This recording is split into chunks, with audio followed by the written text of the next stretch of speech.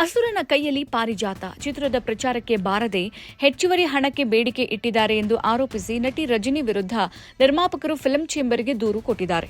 Cinema ಇದೇ ತಿಂಗಳು 22ರಂದು ಬಿಡುಗಡೆಯಾಗಲಿದ್ದು ನಟಿ ಕರೆ ಸ್ವೀಕರಿಸುತ್ತಿಲ್ಲ ಅಂತ ಆರೋಪಿಸಿದ್ದಾರೆ.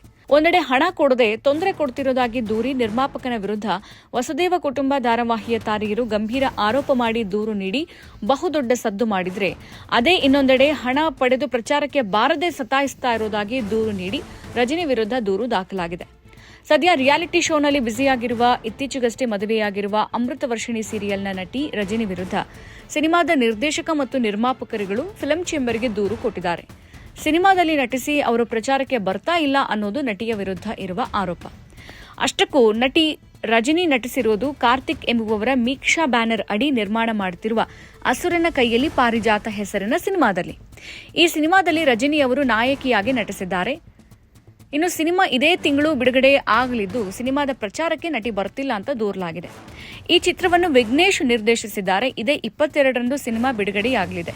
ಈ ಹಿನ್ನೆಲೆಯಲ್ಲಿ ಪ್ರಮೋಷನ್ ಮಾಡುವುದು ಅಗತ್ಯವಾಗಿದೆ. ಆದರೆ ನಟಿ ಪ್ರಚಾರಕ್ಕೆ ಬರ್ತಾ ಇಲ್ಲ ಅನ್ನೋದು ಆರೋಪ. ಚಿತ್ರತಂಡದ ಫೋನ್ ಕರೆಗಳನ್ನು ರಜನಿ ಸ್ವೀಕರಿಸುತ್ತಿಲ್ಲ ಮತ್ತು ನಿರ್ದೇಶಕರ ನಂಬರ್ ಅನ್ನು ಬ್ಲಾಕ್ ಮಾಡಿದ್ದಾರೆ ಅಂತ ವಿಘ್ನೇಶ್ ಆಕ್ರೋಶ ಹೊರಹಾಕಿದ್ದಾರೆ. ಸಿನಿಮಾದ ಪ್ರಚಾರಕ್ಕೆ ಬರುವಂತೆ ನಟಿಯನ್ನ ಕರೆದ್ರೆ ಹೆಚ್ಚುವರಿ ಹಣ ಕೇಳ್ತಿದ್ದಾರೆ ಅಂತ ನಿರ್ದೇಶಕ ವಿಘ್ನೇಶ್ ಹೇಳಿದ್ದಾರೆ. ಟ್ರೇಲರ್ ರಿಲೀಸ್ಗೆ ಕರೆದ್ರೆ ಅಂದು ಬರ್ತ್ಡೇ ಇದೆ ಬರಲ್ಲ ಅಂದ್ರು. ಪ್ರಚಾರಕ್ಕೆ ಕರೆದ್ರೆ ಸೀರಿಯಲ್ ಶೂಟಿಂಗ್ನಲ್ಲಿ ಬ್ಯುಸಿ ಇದ್ದೀನಿ ಅಂದ್ರು. ನಮ್ಮ ಮೊಬೈಲ್ ನಂಬರ್ ಅನ್ನು ಬ್ಲಾಕ್ ಮಾಡಿದ್ದು ಫೋನ್ ರಿಸೀವ್ ಮಾಡ್ತಿಲ್ಲ ಎಂದಿದ್ದಾರೆ.